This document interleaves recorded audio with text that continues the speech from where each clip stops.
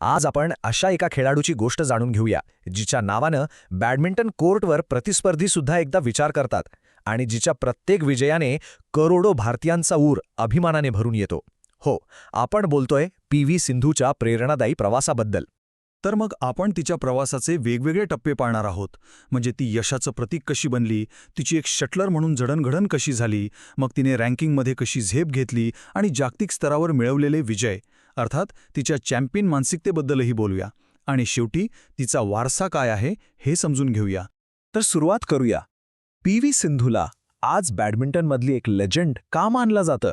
म्हणजे असं काय आहे तिच्या खेळात, तिच्या प्रवासात? आठवतंय 2016चा रिओ ऑलिम्पिक, जेव्हा तिने रौप्य पदक जिंकून अक्षरशः इतिहास घडवला. तो एक क्षण होता ज्याने सिंधूला फक्त एक खेळाडू नाही तर संपूर्ण देशासाठी एक आशा बनवलं. आणि हो, त्याच एका विजयाने ती घराघरात पोहोचली. आणि तिची सुरुवात झाली 1995 मध्ये. तिचा जन्म अशा घरात झाला जिथे खेळणं हे रक्तातच होतं. म्हणजे तिचे आईवडील दोघेही व्यावसायिक व्हॉलीबॉलपटू होते. त्यामुळे साहजिकच खेळाची आवड आणि शिस्त तिला लहानपणापासूनच मिळाली, जणू काही वारसा हक्कानेच. पण एक मिनिट, आई-वडील व्हॉलीबॉलपटू आणि तिने निवडला बॅडमिंटन? हा प्रश्न पडतोच नाही का? बरं, यामागे एक खूप इंटरेस्टिंग कारण आहे. ही गोष्ट आहे जेव्हा ती फक्त 8 वर्षांची होती. तिच्या आयुष्यात एक असा क्षण आला ज्याने तिची दिशाच बदलून टाकली, कायमची. तो क्षण होता पुलेला गोपीचंद यांचा 2001 मधला ऑल इंग्लंड ओपनचा विजय. सिंधूने तो विजय पाहिला आणि बस, तिच्यासाठी तोच एक टर्निंग पॉइंट ठरला. तो विजय खरं तर फक्त गोपीचंद यांचा नव्हता, तर त्याने त्या लहान सिंधूच्या मनात एका भावी चॅम्पियनचं बीज रोवलं. प्रेरणा तर मिळाली, मग सुरू झाला खरा प्रवास. सुरुवातीला तिने सिकंदराबादमध्ये मेहबूब अली यांच्याकडून बॅडमिंटनचे बेसिक धडे घेतले. पण तिची खरी प्रतिभा चमकली ती अर्थातच पुलेला गोपीचंद यांच्या अकादमीमध्ये. तिथेच तिच्या कौशल्यांना खरी धार मिळाली आणि एका चॅम्पियनचा पाया रचला गेला. आणि एकदा का पाया पक्का झाला, मग सिंधूने मागे वळून पाहिलंच नाही. तिने रँकिंगमध्ये जी काही झेप घेतली, अविश्वसनीय. विशेषतः ज्युनियर स्तरावर तिची प्रगती थक्क करणारी होती. तुम्ही फक्त कल्पना करा, 10 वर्षांखालील गटात ऑल इंडिया रँकिंग चॅम्पियनशिप जिंकली, मग 13 वर्षांखालील गटात सब ज्युनियर नॅशनलमध्ये विजय आणि 14व्या वर्षी तर राष्ट्रीय शालेय खेळांमध्ये सुवर्णपदक. म्हणजे प्रत्येक टप्प्यावर, प्रत्येक वयोगटात तिने आपलं वर्चस्व सिद्ध केलं. यावरूनच कळतं की तिची प्रतिभा किती असामान्य होती. बरं, राष्ट्रीय स्तरावर तर तिने धुमाकूळ घातलाच होता. आता वेळ होती जागतिक मंचावर स्वतःला सिद्ध करण्याची. आणि त्यासाठी सिंधू पूर्णपणे तयार होती. आणि हे बघा, 2014 सालापर्यंत सिंधूने जागतिक स्तरावर आपली एक वेगळी ओळख निर्माण केली होती. ती जगातल्या टॉप 10 खेळाडूंमध्ये पोचली होती. आणि फक्त पोचली नाही, तर तिने ते स्थान बऱ्याच काळासाठी टिकवून ठेवलं. हेच तर तिच्या सातत्याचं मोठं प्रतीक आहे. तिच्या आंतरराष्ट्रीय प्रवासाची सुरुवात झाली 2009 मध्ये सब ज्युनियर आशियाई चॅम्पियनशिपमध्ये कांस्य पदकाने. पण त्यानंतर तिने मागे पाहिलंच नाही.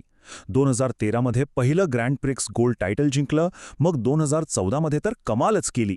सलग 2 वर्ल्ड चॅम्पियनशिप पदकं जिंकणारी ती पहिली भारतीय ठरली. आणि या सगळ्यावर कळस म्हणजे 2016चं रिओ ऑलिम्पिकमधलं ऐतिहासिक रौप्य पदक.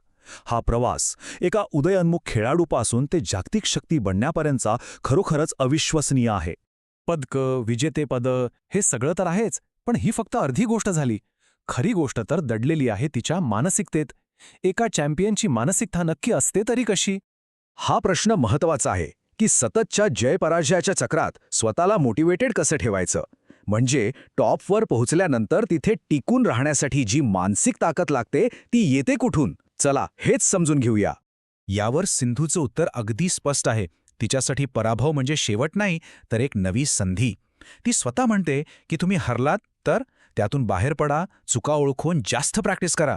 कारण आयुष्यात चढ-उतार हे असणारच. आणि ही जी शिकण्याची वृत्ती आहे ना, तीच तिला प्रत्येक पराभवानंतर आणखी मजबूत बनवते.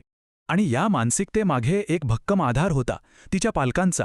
म्हणजे कोर्टवर कोच तर होतेच जे तिला तांत्रिक मार्गदर्शन करायचे, पण कोर्टच्या बाहेर तिचे आई-वडील, तिचे काउन्सिलर आणि पालक अशा दोन्ही भूमिकांमध्ये होते. ते फक्त भावनिक आधार नाही, तर तिच्या खेळाचं विश्लेषण करून एक वेगळा दृष्टिकोनही द्यायचे. हा जो मिलाप होता ना, तो तिच्यासाठी खूप महत्त्वाचा ठरला. अगदी तिचे कोच पुलेला गोपीचंद ते सुद्धा हेच सांगतात. ते म्हणतात की सिंधूच्या खेळातलं सर्वात महत्त्वाचं वैशिष्ट्य म्हणजे तिची ॲटिट्यूड आणि नेव्हर से डाय स्पिरिट, म्हणजे कधीही हार न मानण्याची वृत्ती. आणि खरंच ही जिद्द तिला अशक्य वाटणाऱ्या सामन्यांमध्येही विजय मिळवून देते.